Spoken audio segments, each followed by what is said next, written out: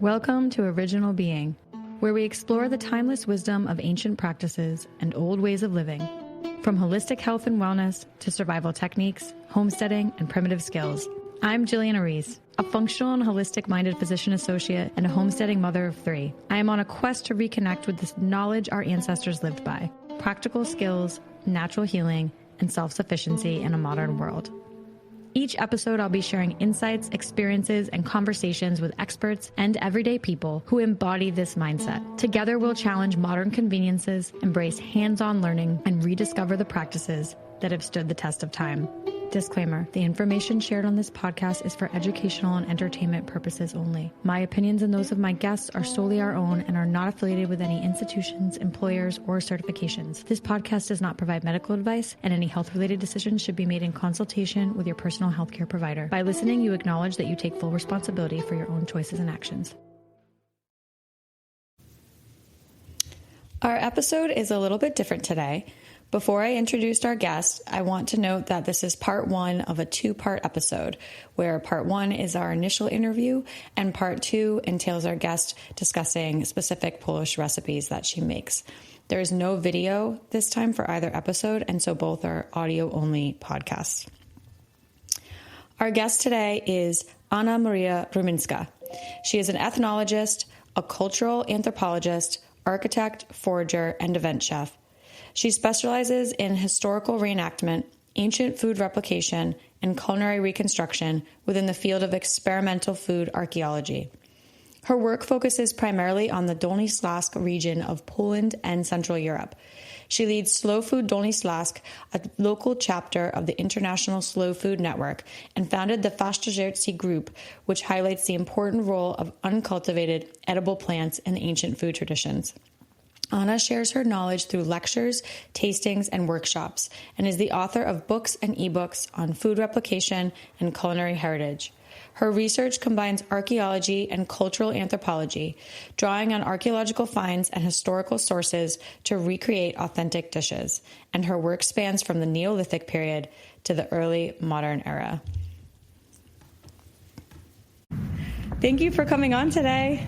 Thank you for inviting. Thank you for being here. Nice to see you, nice to hear you, and welcome to everybody. I'm very excited. So I've been following you for a while on Instagram, and I'm just blown away by all of the amazing ancient techniques and food preservation methods that you do. And I noticed that you were an architect before, so I'm really curious about your backstory of how you went from being an architect to doing what you do now. As a child, let's start from the childhood. As a child, I was interested in herbs and in cooking. And then when I was about to choose what I'm going to study, what I was going to study, I mean the high school? No, not the high school. How do you call it? College? No, I never know. High school for us is like when you're like 14 to 18, and then after that's college, like when college. You're in your, yeah. As a child, I was interested in herbs, in cooking, and then when I was about to choose the college, I went to study English philology, but I didn't pass through. It was too difficult, and I decided to study architecture. And then I studied this, and then I had 25 years of work, of designing, of project management, and then finally I said, goodness, am I supposed to do this until the end of my professional life? No, no, this is impossible. So I thought I always loved and was very much into ethnology, ethnography. I didn't know about anthropology, so I found the next studies of anthropology, cultural anthropology, and I started this, and I finished this, and then my life changed totally. I recommend these studies to everybody. And then my mind kind of opened. I stopped designing. I totally withdrew my professional life as an architect, and I don't feel an architect anymore. Although in my thinking about plants and space, there is a kind of spatial approach because I still respect this discipline, but the profession is horrible. So I turned into cultural anthropologist, and then I made anthropology of architecture, then anthropology of public space, and then I kind of combined the two paths from my childhood. So food and herbs, I combined it together because I remember the moment that when I was sitting in my garden and I thought, goodness, I have this plantain because I have this Plantago Major in my hand, and I thought, this is food. Why nobody eats it? Why does nobody eat it? I have to tell people to eat it. Yes. Honestly, I remember this moment. I think it was 2011, I think, not so far. But I had contact with these plants all my life. So finally I understood that I can combine these things and I can do something that I love and I'm interested in and earn money on this, and that's it. So here I am. I love that. And That's then, great.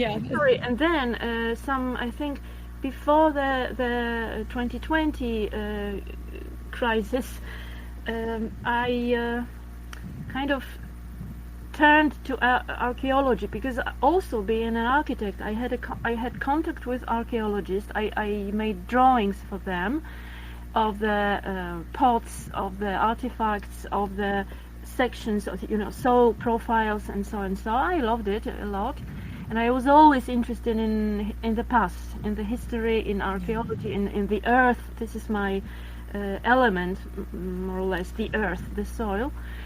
And I remember that I thought that I need to come back to my heritage, to know more about history, because being an architect, you quit everything that's humanistic. You have to quit with everything that is humanistic, that is kind, that is slow. You have to be focused on investment and business and money and them building things.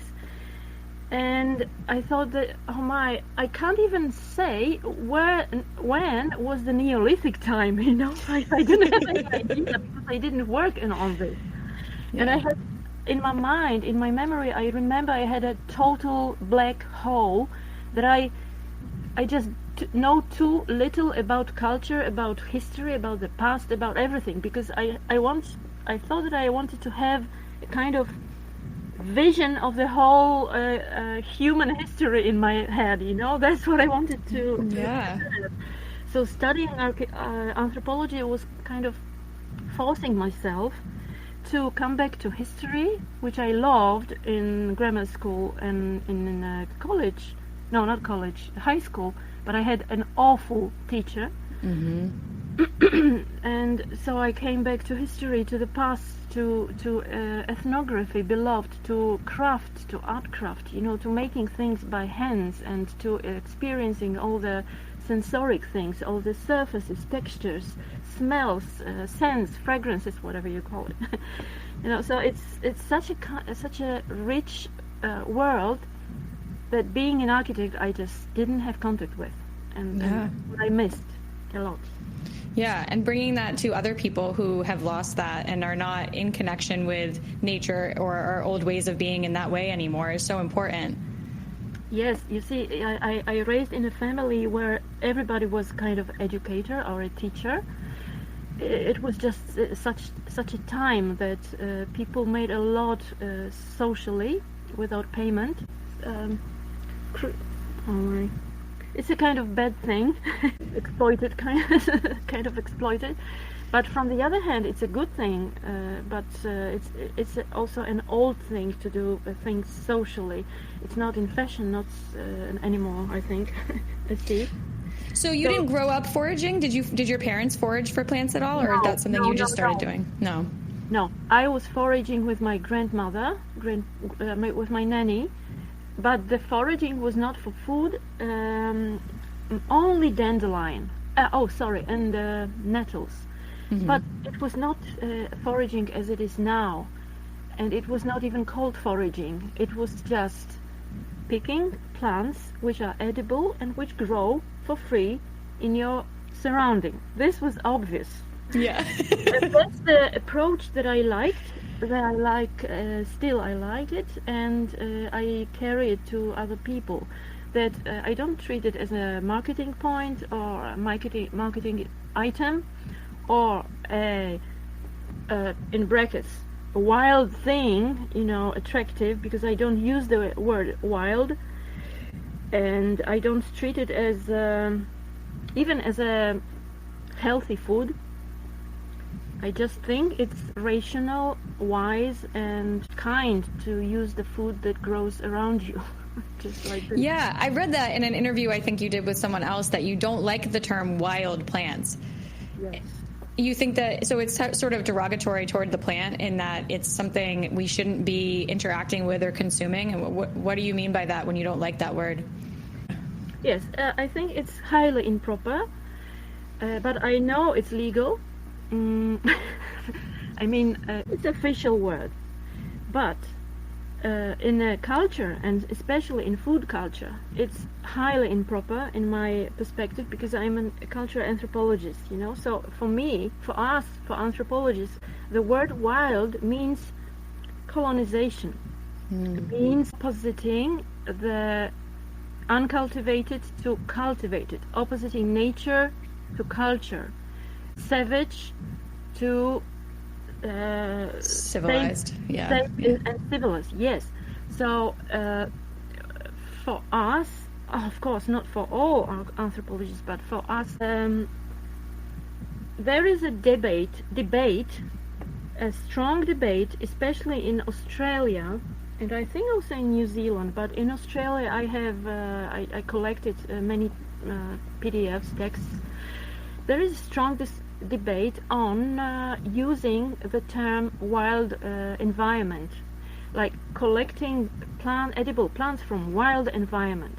Indigenous people in there, they speak they speak for themselves that when somebody from beyond their world is using this term wild environment, they put them, indigenous people, into savage, uncivilized, and unsafe environment. Well, that's the word, Yeah. And they are very much against. They have the same approach. I just still keep on observing people who are into foraging. This is a very special word. I like using much more collecting or collecting, or gather, because I refer to hunters and gatherers in the Mesolithic times. So anyway, when I observe people who are into foraging and who forage, and then they go into their kitchen or restaurant and they use very unethical imported products, ingredients, and they put the foraged plant on top, and they raise the price of the main of the meal. It's so true. This is not the way, and they always called it. They always call it wild edible plants because this is attractive. This is a marketing issue, and I think it's just unethical. So I could speak about this hours, but I have to stop. And it's just improper, in my opinion, to use this word. Yeah, I think it's a great point. It's going to change how I speak about the plants too, hearing that perspective. It's a one-syllable, very easy, very popular word. So that's why it's so common, because speaking like I do, uncultivated, 5 syllables, spontaneous. Italians have amazing name for these kind of plants, which is spontaneous, or selvatica, which is forestral. And spontaneous, it is a beautiful name, and it reflects everything. So I think that we should strengthen the debate about using this word. What about the word weed? Because that also really implies like an unwanted plant, right? So in my ebook, that when 2020 came and all this lockdown and we couldn't make any workshop, I turned into writing ebooks, and I wrote already over 30 titles. So in the crucial one, which is Forager's Manual, I explain, it's also in English, because half of them is in English. I translated them with my poor English. No, it's good. And in the Forager's Manual, I write about the etymology of the word in Polish, which is an equivalent to weed. There is a weedology. I don't remember the etymology of the word weed, but I can just tell you how it is in Polish, if you are interested. Yes. So, because I speak chwasty. Chwasty is the word weeds, and this word is linked etymologically with the word fast in English, and historically it meant something free, spontaneous, with wind. We also call chwast horsetail, or other things. I don't know the names in English, but this word chwast is connected with freedom, with spontaneous life, spontaneous being, this kind of etymology. So it's very positive. Yeah, that's beautiful.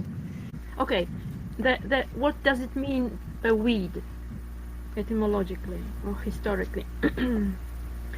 Herbaceous plant, not cultivated or valued for use or beauty, troublesome or undesirable plant. But this is contemporary. Old English, wood, I don't know how you speak it, Kentish weed, but written W-I-E-D. It means grass, herb, from Proto-Germanic weed, source also of Old Saxon woid, East Frisian wood, a word of unknown origin. Interesting.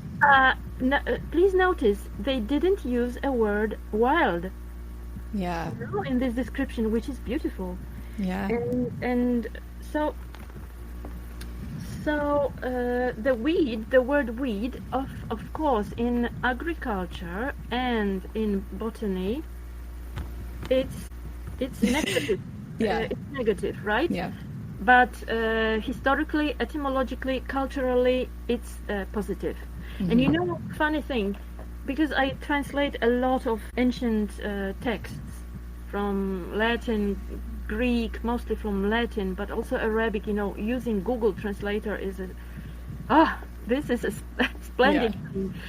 So I was translating once a text from ancient Rome era. This was 1st century AC, and the original text spoke the word herb, and the translation into English in 19th century they changed it. They just translated this to a weed. You know, so this, you know, you when you read the translations of Latin text, you have interpretation, because each translation is interpretation. Yeah. Wow. So that's why it's very important to go to the original text. Okay? Yeah, back to the source. Well, would you like to speak a little bit on the old practices where foraging or collecting or gathering these uncultivated plants was common practice, and then with the age of agriculture and industrialization, it became something that, you know, grew out of favor, where people were almost like frowned upon it at some point, and that's sort of why we've lost that tradition. Would you like to talk about the history of that? I mean, you can talk about it specifically to Poland, but I do think it applies almost everywhere. Still in the 60s and 70s of the 20th century, so it's just 50 years ago, people still foraged, still collected, gathered plants for food. And it depends, when we want to speak how it is now in certain locations, it depends on the country. it varies very much, a lot. It's different in Poland, for example, different in Romania, different in Ukraine, different in Germany, different in UK, and different Spain, Italy, and so. Maybe for the start, I would say that when I go to, let's say, countryside in Poland, and I talk to people and I say, oh, because I collect herbs for food, you know, a forager and whatever, or people just see me foraging or gathering food, plants, they laugh, you know, they laugh at me. And they often say, oh, yeah, when we have no food and there is war or crisis, then we will eat, you know, nettle and dandelion. They just laugh. Okay. But when I go to Italy and I collect herbs for food and I speak about it, they are like, wow, you are an expert.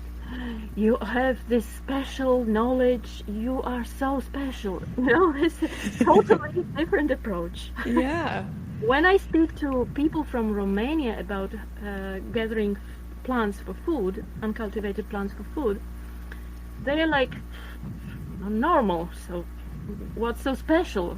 It's just normal and obvious to do. Mm-hmm. So I really have different experiences with different people, you know. Yeah. But it changed in 20th century a lot. Mm-hmm. In Poland specifically, it changed after 1989, when our border was opened. Communism and socialism was finished, and open market started. You know, the Cold War was stopped. You know, mm-hmm. And then we started to import products, and actually gathering plants and cultivated plants for food mostly finished, and now it's rebirthing, kind of. Yeah. Well, the other thing that's interesting I've noticed is you have Japanese knotweed and garlic mustard there, which we consider majorly invasive plants in the United States. Are they invasive in Poland as well? Knotweed, yes. Garlic mustard, it's not officially considered invasive, but knotweed is forbidden to carry. It's fighted with. It's invasive, yes, and it's. And it's right, it should be somehow limited, but it should be also used much more, mm-hmm. because it's a it's a medicinal plant and edible and so on. But it is invasive officially, but garlic mustard, no. Yeah. That's interesting. And I don't see it's invasive in Poland regarding the definition. And in Poland we have the definition that when more or less, you know, when the plant causes limitation of population of other local plants, okay, native plants, then exactly. It's invasive. You have probably the same. Yep. But I don't see it. I see many locations where, let's say last year I had plenty of garlic mustard and I was happy about this because I love it. And this year, nothing. Because I don't know, maybe too dry, maybe somebody came and sprayed something. I have no idea, but it disappeared. It's like ground ivy, it just disappears. Oh, that's too bad. Oh, well, I've noticed in the United States, you know, foraging is getting more publicity because of social media. So I think more and more people are sort of like getting to know about it or interested in it. But when I started foraging, I was a teenager when I was really into it. So it was a very long time ago, and I found that most people were just afraid. Most people thought, like, well, aren't you going to poison yourself? Aren't you, like, how do you know that this is what it is? And so that's still there in the United States a lot, is this idea that the plants are dangerous or you're going to poison yourself or misidentify something. It doesn't sound like some of the other countries that you've been to feel that way or have that kind of same fear. Well, in Poland it's the same. People are afraid, but there is also we call in food anthropology we call it food taboo, which means that certain plants, especially certain species, are associated with poverty, wars, and hunger.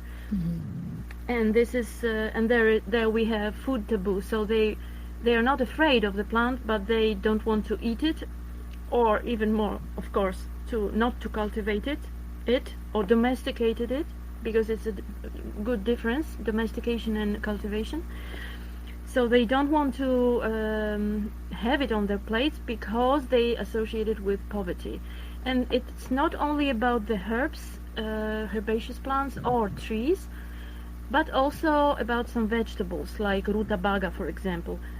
Farmers in Poland don't want to cultivate rutabaga, which is ancient Rome plant, a vegetable. They don't want to cultivate it because it was cultivated and consumed during and by poor people, during wars and poverty. But regarding the fear, well, people always ask me this question: aren't you afraid of eating these plants? Yeah. First of all, I rarely eat raw herbs, but not because I'm afraid, but because I don't like it. I just believe that first I have to ferment the plants, okay, to have more benefits. But I eat a few species straight from the ground. And second, why I am not afraid? Because I know them. It's of course important thing. And I noticed that people have special kind of natural skill to recognize differences between plants. I think it's the same skill or even talent or sensitivity to see visually, see the differences in some shapes of leaves, slight differences in shadows of green, or to see that a leaf is hairy or smooth. Many people, they just don't see it. So this is the skill. This is the skill that people should improve. Yes. Because they were not educated in this, they were not trained to have these skills, but they can have it. Yeah. And it's just like playing an instrument. You will not be a Mozart or a Monteverdi, but you can be at least a player. Yeah.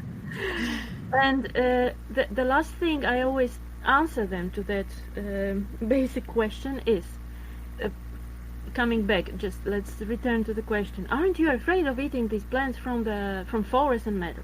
And I ask them, aren't you afraid of eating these things in the stores? Because you have no idea what they treated it with. You don't know what is inside, what are the ingredients, what's in the package. You don't know anything. Aren't you afraid of this? So I'm afraid of eating store-based food. Really, yeah. This is not food for me. This is just products. They are packed, and these are just products, results of industrial, agro-industry, not industrial agriculture, but agro-industry. I completely agree. I just said that actually to somebody recently. I said, I'm more afraid of highly processed food than I am of the weeds in my yard. But I am pretty confident in my identification skills. So I think that there's just so many people lack the education and the confidence in their ability to identify the plants properly. And that just comes with, learning and time. And I think it's so important we start handing this down, like to my children. I've had them identifying plants, as early as possible, because I want this to just be, in their heads from an early age that this is also food.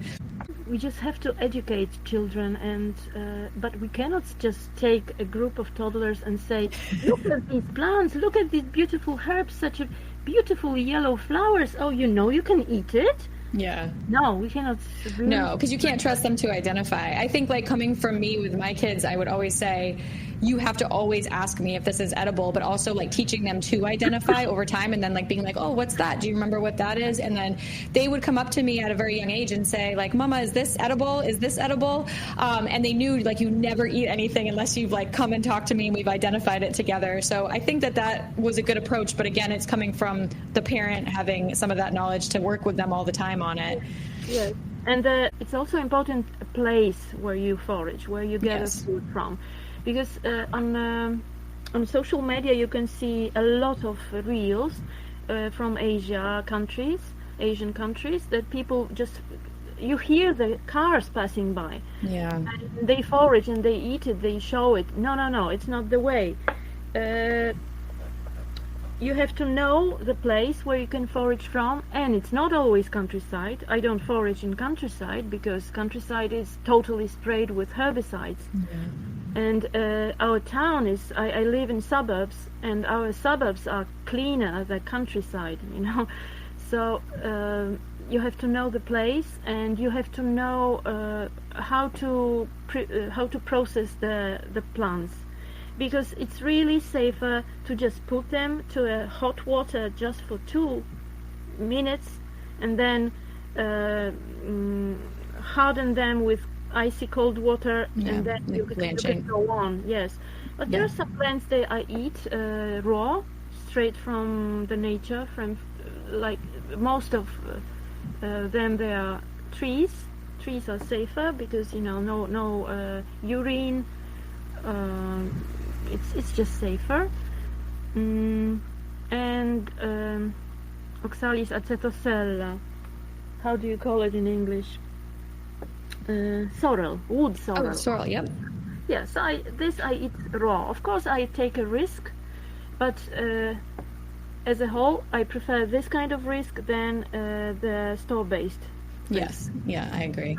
So it's just approach that you choose.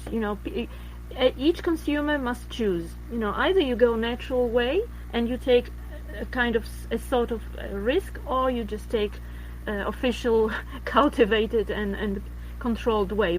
Well, let's pivot a little bit, because I really want to get into food preservation techniques, which is where you really specialize. As we're talking about canning and drying and preserving, but when I think back to ancient times where they did not have glass, they obviously didn't have pressure canners. That's where I've often wondered, well, how did they preserve some of this food to last through the winter? And that really comes down to fermentation, does it not? Yes, spontaneously, because it was not like people said, "Oh, I will ferment the leaves in order to have it more beneficial." Yes, it was right. Not like that. It was a necessity. It was spontaneous. It was just put in pots, in ceramic pots, and left aside. Okay, so it naturally fermented. And then probably, I mean, the very, very prehistoric times, okay? And then people noticed that it's more tasty, or I don't know if they noticed that they felt better. I have no idea. Nobody has this idea, right? We cannot say. But they were fermenting, but first of all, they were drying. This is drying. Herbs is most... the easiest, the cheapest, actually the fastest way of preserving. We lose mostly vitamins in drying, but we keep all the micro and macro ingredients. Yep. And then, we are speaking about plants or general? Well, I guess, we can go into dairy and meat as well, but I guess to start with plants, yeah. Okay, let's start with plants. So, drying, fermenting, macerating, do I speak it right? Yes. Macerating in various liquids, marinating, what else? I'm wondering now what I do. I do all the techniques from the past. And salting, yeah. And I noticed, so you lacto ferment almost every plant, right? Yeah, everything I have at hand, I ferment, yes. And I've noticed you do like a hot water approach where you like boil the water sometimes with other herbs or spices and then pour it over it. Once that has sat for a month or two, how long is that safe to eat? Well, it depends on the plant, but basically yes, it is. It is safe to eat. I eat it sometimes 6 months after opening, because I take what I need and I close it and put it in the fridge, or not even in the fridge, or just do a cold room. Okay. I'm just not afraid, and I trust my smell and taste, because when you do it from your childhood, I know botulism doesn't smell, okay, right, but you see, I must tell you about my family, okay? My nanny, my grandma, was like when somebody was telling her, oh, you must go to doctor, just to cure yourself. I don't need doctors. I will die anyway. She died being 95. Wow. So, even if I care a lot, and even if I examine each thing before I put it in my mouth or on my skin, I can die, being 20. This is not the point. You have to be careful, of course. You have to follow some routines, some procedures, but the natural home-based procedures. I don't know.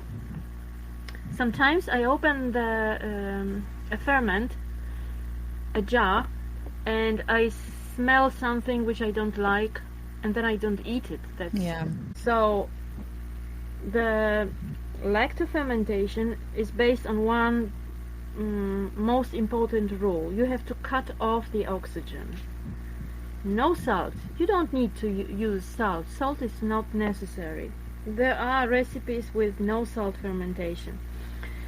It just makes the taste better because people nowadays are used to salt. But in the past, each era you take, people ate things without salt, and they were used to foods without salt.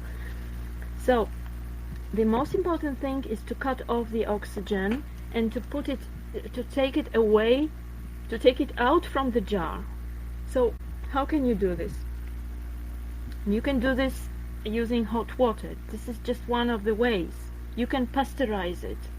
So you push the air out, right, by pasteurization. But I don't pasteurize, so I use hot water, because when you pour hot water and you twist and you turn bottom up, the hot what is this gas from water? Boiling, like the vapor. Oh yeah, the vapor or the steam. The steam, yes. It pushes the air out, and it sealed the jar, so it's nearly hermetically twisted, closed. Right? And then next day, when you turn it normally bottom down, the lid, the twist lid, is sucked in. It means it's closed, it's locked. Okay. And I never use these jars with these glass lids and metal wires around. I don't know how you call it. Like a mason jar? Mason jar, but you just clap them and you... Oh, I know. Yeah, I know what you're talking about. I'm not sure what that's called either, but yeah, because it can't pop or it can't show you if it's sealed or anything. Exactly. Yeah. Yes, and when you have your jar locked with hot water, then fermentation starts, right? And after a week, depending on a plant, after a week or 2 weeks or 2 days, it really depends on the plant, you see the most active fermentation. So then the lid is pushed up, it's like bubbled a bit, and then juice may come out. This is normal. And then after a month, let's say, this rapid fermentation stops and the lid is sucked in again, especially in cold temperature. When you keep it in 25 degrees centigrade, you have it always bubbled, right? So it's not the temperature to ferment for longer term, because for shorter term you should keep it in 25. Then you have the ferment ready after a week, and you can use cold water. You don't need the hot water. But we use hot water in Poland because we ferment for 12 months, for 6 months at least. So we have to have it sealed, because we don't make in Poland, we don't make. So now the new generation makes it, but traditionally we didn't used to make short-term ferments. It was all long-term, and that's why we needed the hot water. But to make it more complicated, we have the other technique, which is not sealed at all, because we use the ceramic jars from hard stone earth. Yeah, or like earthenware, they sometimes call it. Yeah. Yes, earthenware, which is open. It even has no water lock, even without this. It's just open. And then this was used especially for cabbage and cucumbers. And we put the cucumbers in. We cover it with cold water, sometimes hot, sometimes warm. It depends on a woman who makes it, because women make it, not men. Now a few men may happen, but mostly women. Okay, it's a girl's thing. So then you put the cucumbers, you pour the water, and then you put a plate to push all the cucumbers inside under the level of water. Okay, and then you take a stone, and you put a stone on a plate, and then it keeps it underneath, and then you put a linen cloth on top to cover it. So it's not sealed, but the whole plant thing is underwater, and that's the most important thing. Okay. And you can do that without salt too, or that method is always with salt? Yes, you can, and people used to do it, but now people use mostly with salt. Yeah, because like sauerkraut. They are really used to salty things. We adore salt. We love it. I love it. I drink. I'm a hot water. I'm a salty hot water drinker. It's tough. Are you? I don't know about that. Really? Oh, you can do another podcast about this topic. You just drink like hot salted water? Yes, I have it with me. No, I've never done that. Hot my water, gosh. it's like 70 degrees. But I have, you see, that's my thermos. Yep. And it's salted, so you don't taste the saltiness. It's just a pinch on a glass, and proportions are very low. But you have the coarse salt, so it's loaded with microelements, with macroelements, with everything. We have it local, amazing salt without iodization. I don't know if it's the word. Yeah, it's not iodized. Yeah. Yes. And you just put salt. You just put salt in hot water, and you drink hot water. So there are two things, because one thing is hot water, which makes you just splendid. And first thing in the morning I drink is hot water. Really, it will change your life when you start.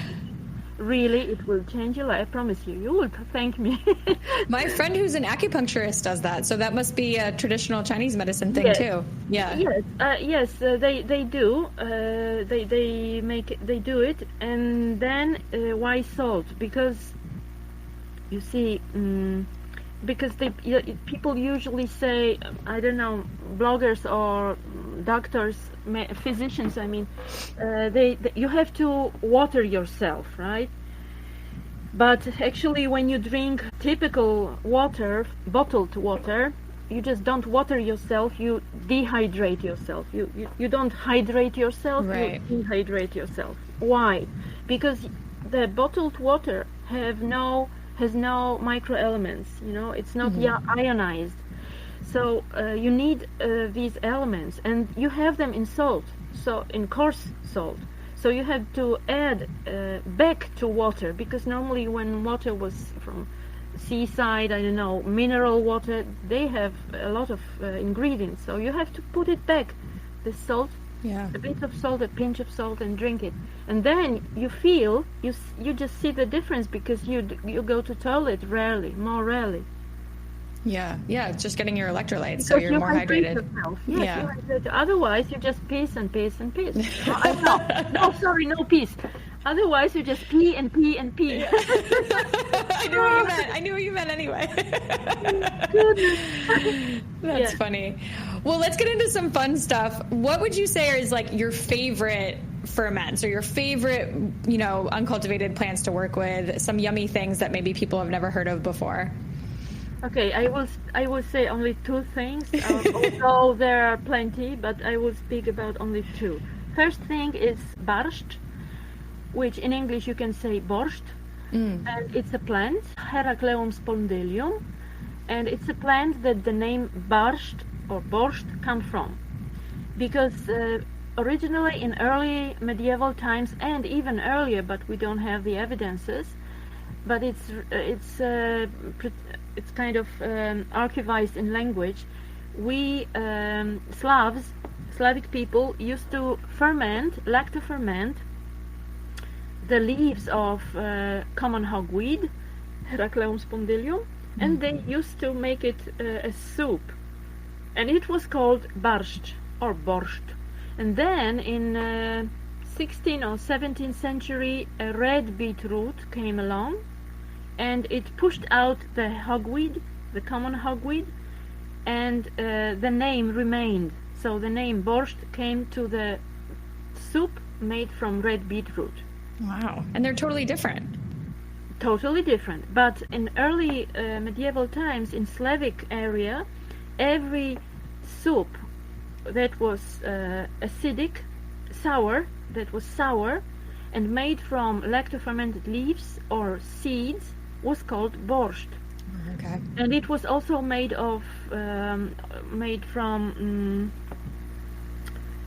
cereals, from the seeds from the cereals that were fermented. You take flour and you ferment it, lacto-ferment it. Rye flour, of course, wholemeal rye flour, and you ferment it, and then you make a kind of soup which we call żur, and it's totally Polish. Żur or żurek, contemporary żurek. And so this is all connected, associated with also this plant Heracleum spondylium, which is common hogweed. And the other ferment I adore is, which we have season now, which are in Polish, niedojrzałki. Niedojrzałki, which means unripe fruits or green fruits. Okay. You just if you think about olives, green olives, it's they are unripe, they are green. So you take unripe olives and you macerate them in salty water, and then you kind of lacto-ferment it. But the proportions of salt, they are so high that it's not actually fermentation, but it's more like macerating or salting the olives, because you want to take out all the harsh flavors from the fruits. Yeah. And you can do it with the same, with all other green fruits, plums, apples. Really? Malts, quince, pears, cornelian cherry, everything. That's all green. Really cool. I didn't know that. Yes, all green fruits. You just you cut a bit each one, to put the brine inside, and you just make the same with like with olives. You just first put it in salty water. You change it every second day, and then you put it in oil, or you like to ferment them. I like to ferment them because I like the fermentation makes them softer. So I like to ferment it. I like to ferment them, and after 5 or 6 months, I put them into oil with spices, with seasonings, and you just eat them like olives. But green olives have stones inside. But for now, like cherries. Oh well, cherry plum from it's called Prunus cerasifera. When we go to the forest, we have these little green. I posted in Instagram, green fruits, and they have still no stones, so you can just buy them the whole thing, like capers. Mm-hmm. And but when they are older, like for example prunes, Prunus domestica, when you just have stone inside. Okay, but yep. It's not a problem like with green olives. And also with the fruits, when I like to ferment the fruits, for example, sloes, green sloes, or even mature, ripe sloes from blackthorn, Prunus spinosa, you can also ferment these. And then the question, what you do with the kernels, with the stones. And then there is this old thing which I call pescologia, which is kernology, more or less, because I don't throw away any kernels, any stones. I crack the stones, I take the kernels, I dry them, grind them, and eat them as powder. I know it has amygdaline, but I like it. Yeah, that is a controversial thing I've read about, because I know a lot of cultures did consume them, and there's even a drink, I think, that's sometimes made with them. But then people have the concern that there's also like the arsenic in it. But then other people say that it's anti-parasitic, like if you had worms or something, then also some anti-cancer properties. So I know people who consume like 1 pit a day and think that that's like a healthy thing to do.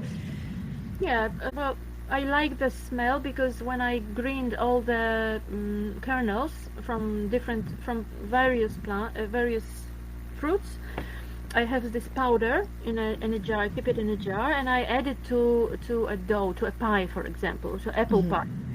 And the apple pie smells with almonds, but it has no almonds. You have no imported ingredients inside, so I think it's very ethical. And I read a lot about amygdaline. And the point is that all the traditional methods of processing and preserving fruits, like lactofermenting, macerating, marinating, they all cause the level of amygdaline more neutral, so they are safer. And that's why people in Persia and Iran, they still eat it as a seasoning. The powder, they use the powder as a seasoning. Yeah, and it's just tasty, and it's a seed. It's. My mother, when she ate apples, she always ate also these little stones, the pips, how you call it? Yeah, the pits. Pits, and the pits, yes. And I'm kind of, for me, a stone is a stone. It's something to eat, not to or to grow. Yeah. Yeah, you said it tastes like marzipan, right? Yes, because marzipan taste is based on almonds. Yes, on bitter almonds, of course, on bitter kernels. So in one, there is this ebook entitled "Edible Trees," my ebook, and then there I put 2 recipes. One is for riparian marzipan, and the other is for forestal pralines, or something with pralines and marzipan, because I mix this powder with some ingredients and make Yeah, it sounds delicious. I love marzipan, so that sounds amazing. So what about the ancient pottery? That seems to be something that you're really interested into, and trying these techniques to create these ancient pottery forms, and it looks like a particular strainer that you're using to make an old-fashioned cheese. Yes, well, first of all, for many years, and from my childhood, my mother used to make twaróg, which is very specific and special name, which I want to promote, and I always promote it, twaróg. and twaróg is fresh cheese made without any additives, the same way that it was made in Neolithic, probably, because and it's lowland cheese, fresh cheese. So twaróg, it was made in lowland, not in highland, not in mountains, because in the mountains people tended to quickly process the milk in order to. They didn't have so much space to put all these pots for lactofermenting milk, because milk, natural raw milk, in order to coagulate, it must be set aside for 3 days, and it gets coagulated. You don't add vinegar, no lemon, no plants, no rennet, nothing. You are based on bacteria, lactic acid bacteria that are inside the milk and in the area around. Okay, so this is twaróg, and then after that you make you heat it and you strain it. And this is twaróg. This is a very special Polish and Central Europe fresh cheese, which the word is forgetting about, and you cannot buy it in stores. I make it all the time, or I buy it from farmers. And please, it's not cottage cheese. It's not. I never translate these names. No, twaróg. People learned to speak kimchi, spaghetti, pesto. They learned foreign names. So please learn the name twaróg. Okay, it's not difficult. So, but it's spelled Twarog. Yeah, more or less. All right, but it's pronounced twaróg. Twaróg, yes. Twaróg. We have O with a dash, which we speak U. Okay. But when you write twaróg, it's okay. It's in all Slavic languages. It's a word that then gave another names to other languages, like quark in German. And what is important, Scotland has the similar thing, that they don't add anything to milk, and they just lactoferment milk and let it sit, let it coagulate, and then they heat it and they strain it, and they had crowdy, I think. Crowdy. Was it typically done with cow's milk, or in ancient times was it more likely to be sheep or goat? Well, it depends when and where, because in lowland, cows, and in mountains, goats and sheep. So twaróg is, as I said, it's made in lowland mostly, so it was usually made mostly from cow milk, from local native breeds of cattle. Okay, but you can also make twaróg from goat or sheep milk. But in the mountains, you must be quick. You have to process the milk and sell it, because you have to milk the animals, and you have no space. In the mountains, in these little cottages, there is no space to put these pots aside to coagulate milk. In the lowland, where the farms were huge and the buildings were huge, I mean the 19th century, 18th century, 16th century, the buildings were big, so you had a lot of space, okay? Flat space, which is important. And before making twaróg, they even made something else. They made śmietana. Śmietana is cream.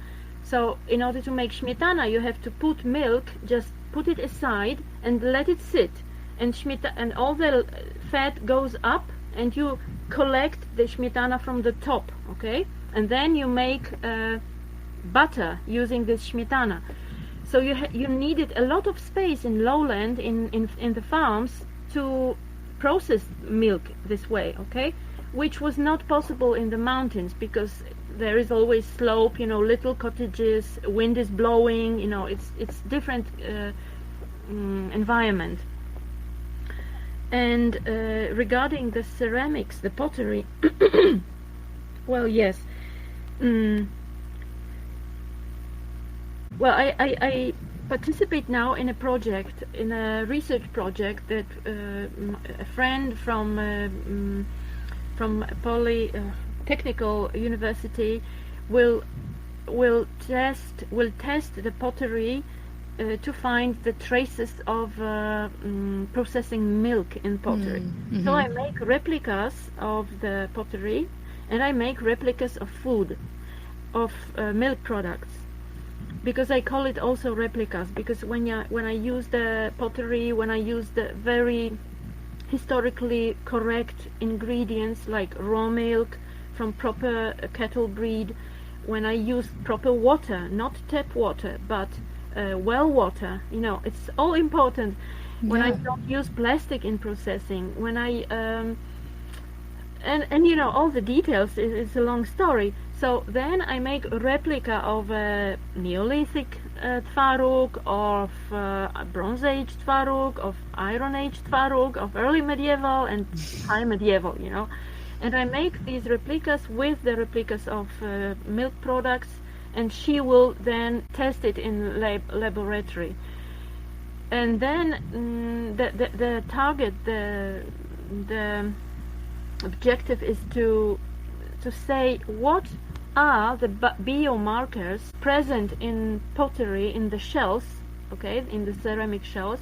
What are the biomarkers of milk products, of the certain milk products? If you find special certain substance in the ceramic shell, then you can say, oh, somebody might make tvarug 2,000 or 5,000 years ago.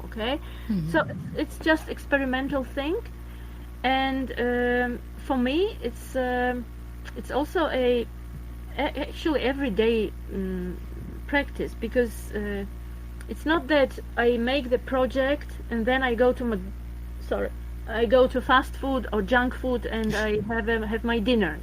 No.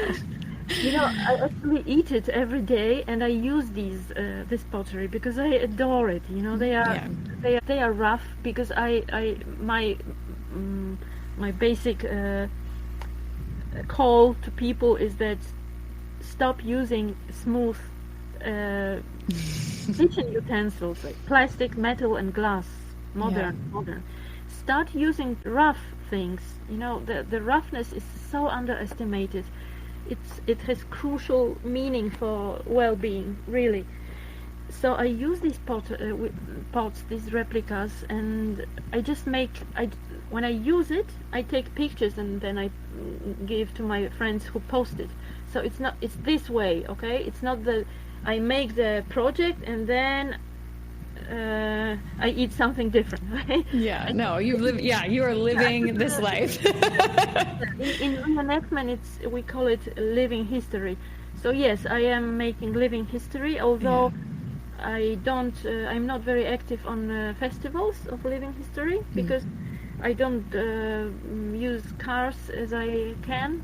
If I can, I use trains, so I cannot take all my stuff, and then to go to festival.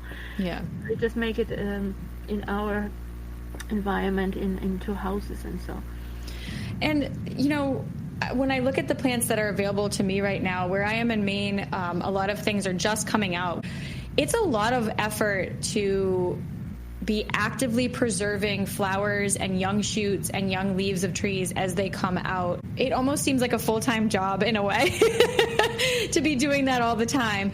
So I am curious how you stay on top of this, but perhaps approach it from a slow mindset and not oh no, I've got to get this stuff quickly, as it comes out. Because I think sometimes foragers almost have that mindset here.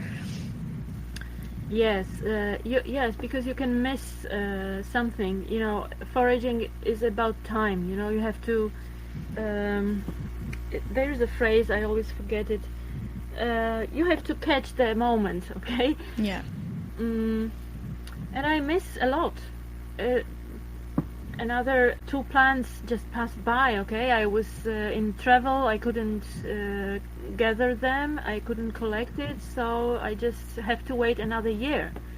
And that's normal feeling that you have to accept.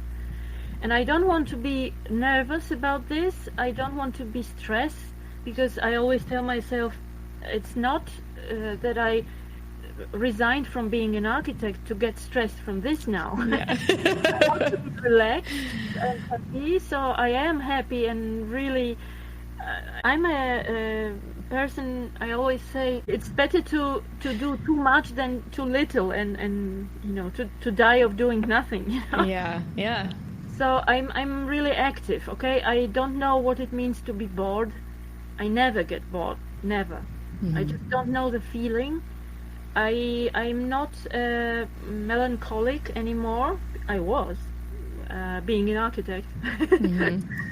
But now I'm not. I don't worry.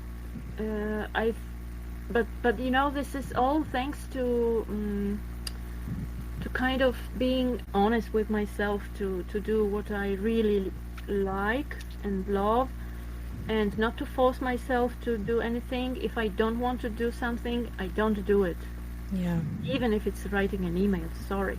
Yeah. I don't want to do it, okay? I have right to not to want to do it. Yeah. I know that it's difficult when you have kids, and it was different. It was much different.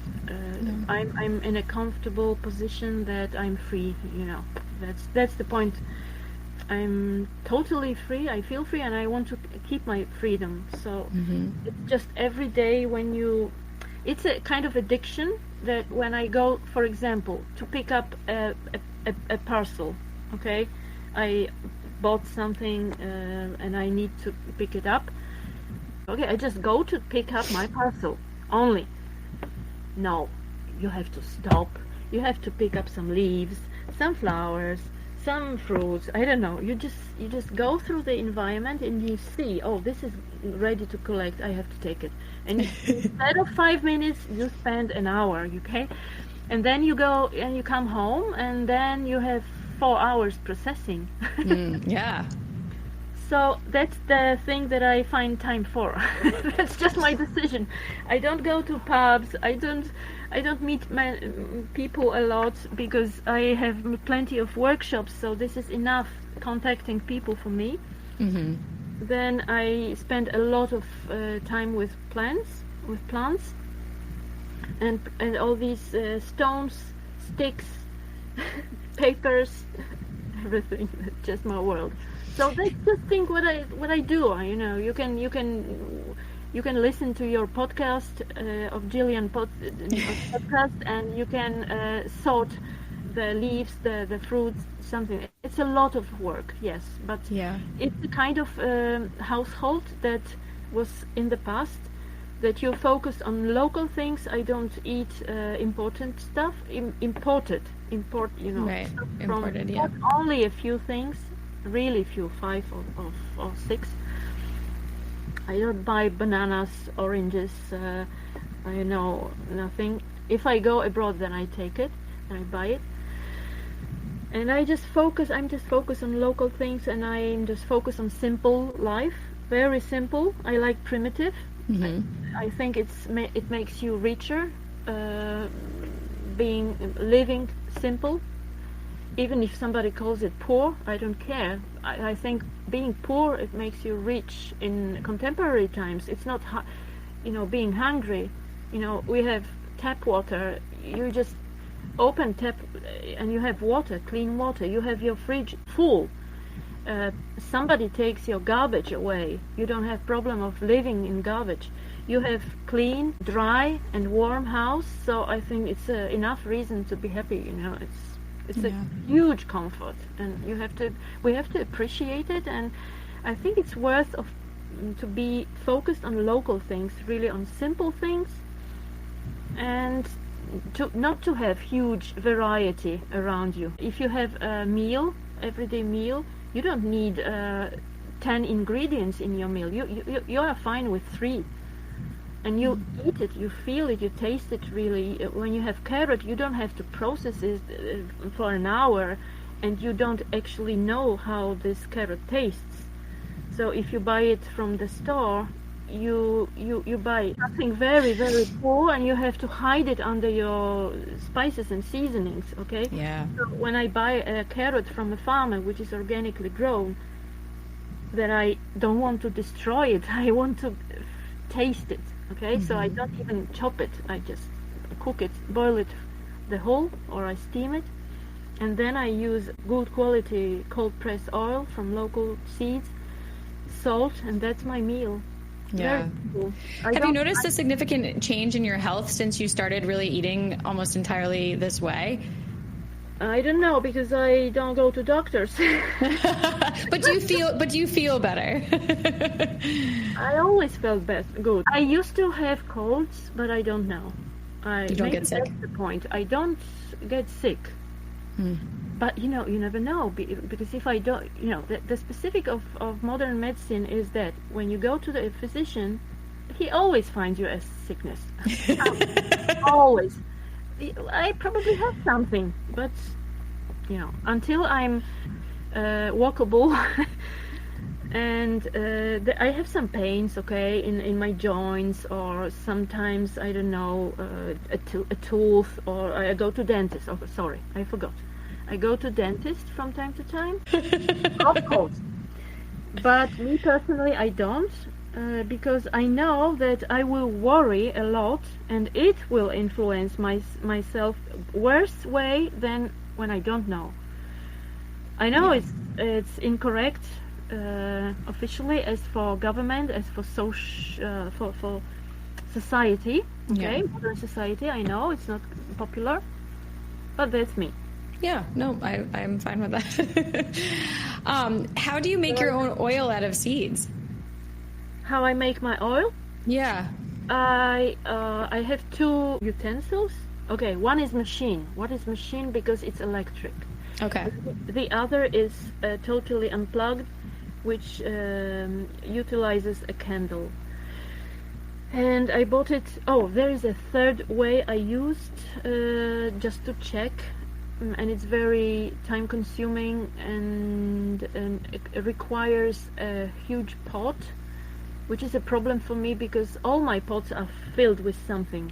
I'm angry with myself because, just give me a flat surface, I will fill it up after one day. I will definitely put on something on it. Give me a pot, I will fill it up. Give me a basket, I have plenty of baskets. I adore baskets. So when you just give me an empty container, I will fill it up.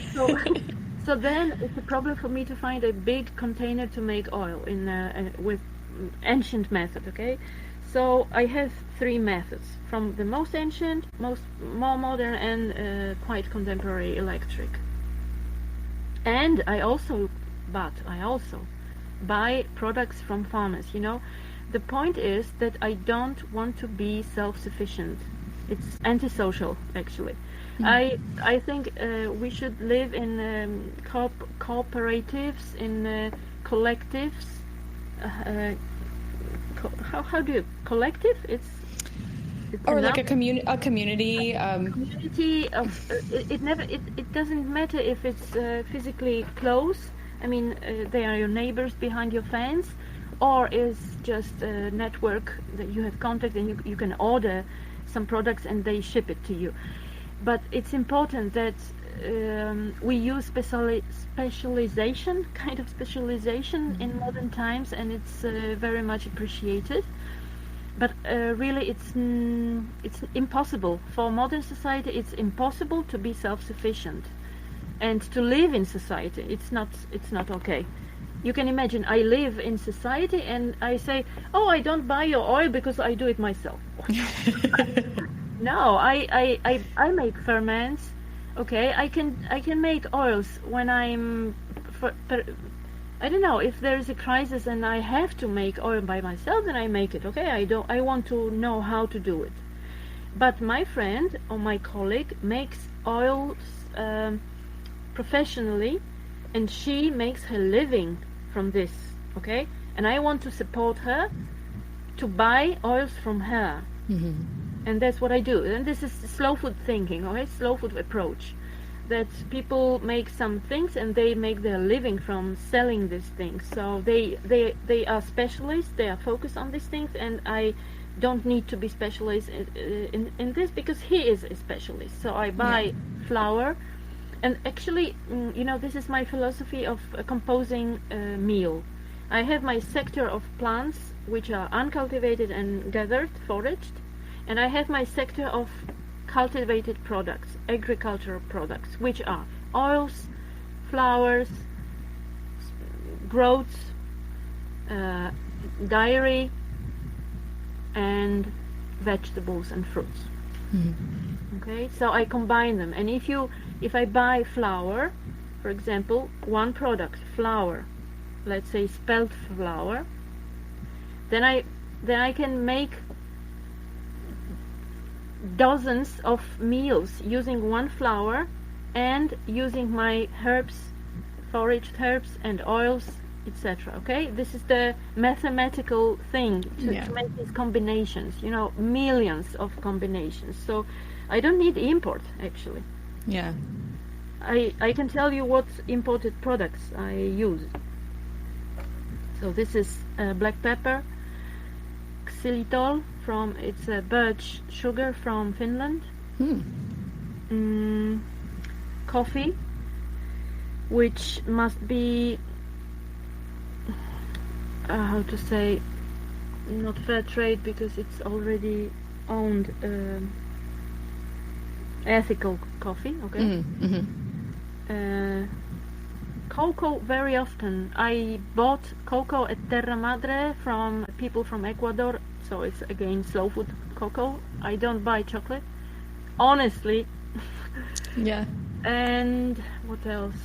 Olive oil, of course. Yeah, olive oil. Yeah. Olive oil. But then I brought in March or April, I brought olive oil from Italy. And I buy an olive oil from my colleague from Greece. So how did you get involved with the Slow Food International, and what does that entail for you starting your individual one, or branch, I should say? Like, what do you do in an individual chapter to promote slow food or educate people? Or what? I joined official slow food and slow food com in I think 11 or 12, and in 2013 I made local chapter, regional chapter, and still active. So sorry, 13 years. So it's okay. It's difficult. It's not easy because people don't understand. This is the main reason.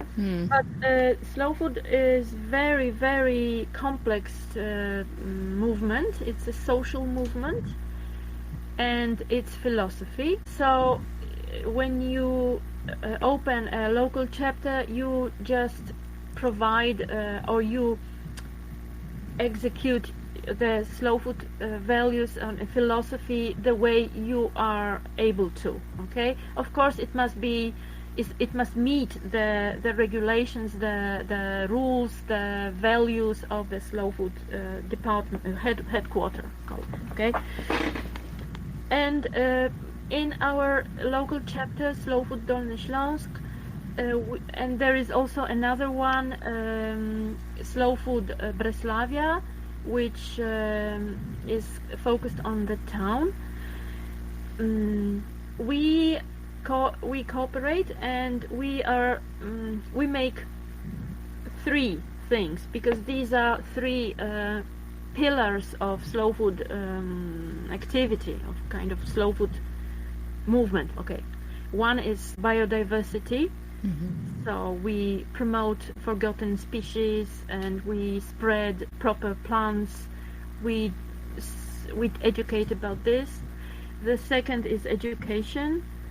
So it's connected also with biodiversity, but in education you just go to a school and you speak about something, or you just go to farmers and you speak about something. But in the pillar of biodiversity, you physically grow the plants. Okay. So you can make a biodiversity pillar without education. And the third pillar is advocacy.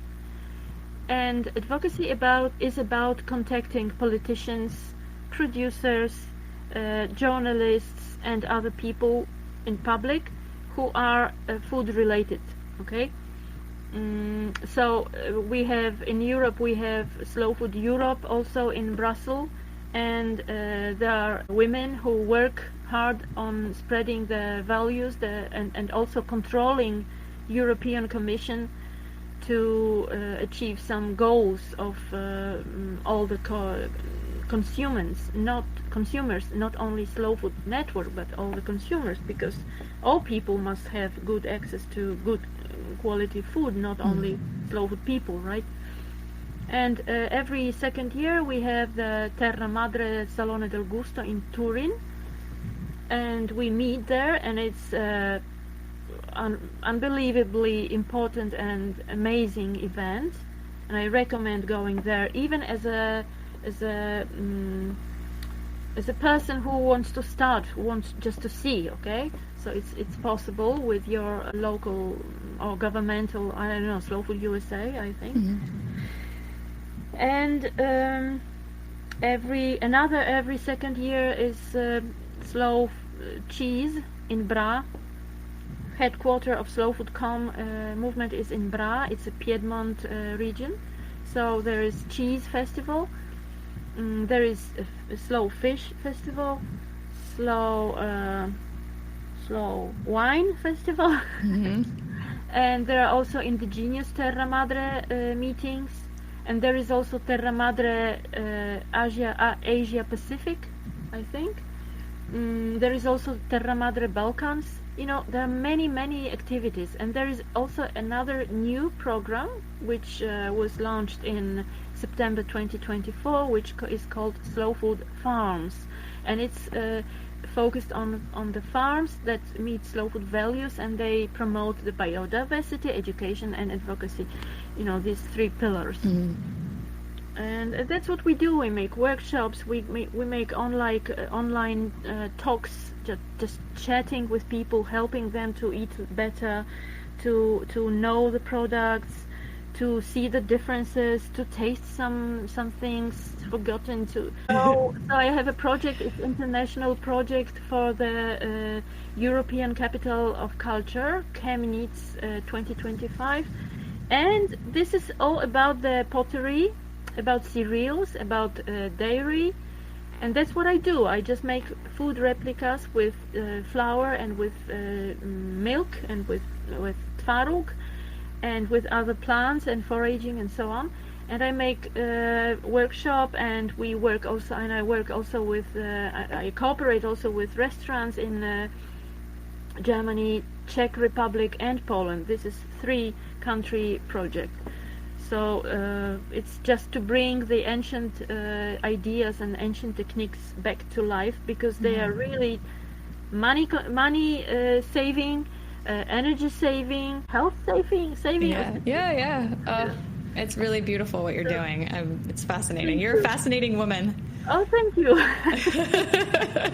Yeah, but plants are fascinating. You know, antiquity and prehistoric is fascinating. You know, this is such a rich well of wisdom and well-being. You know, we just have to take it. We just have to understand it, less import, and just have fun with this. You know, it's really good.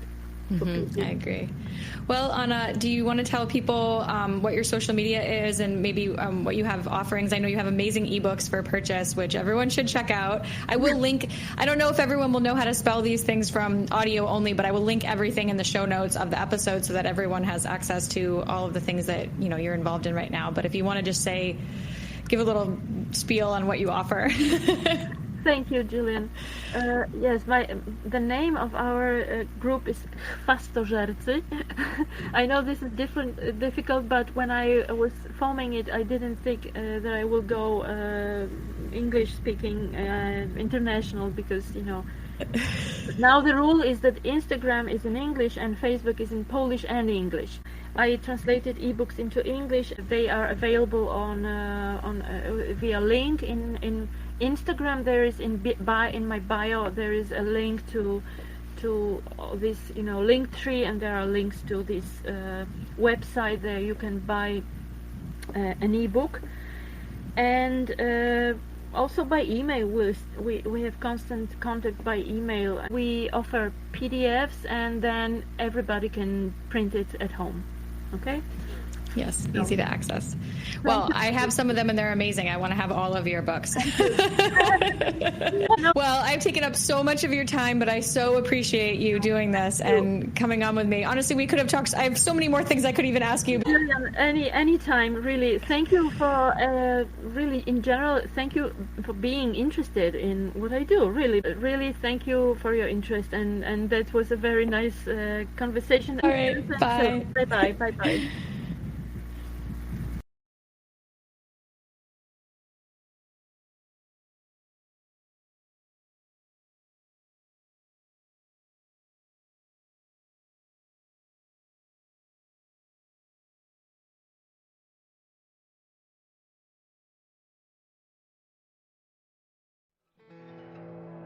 If you enjoyed this conversation, please take a moment to leave a review.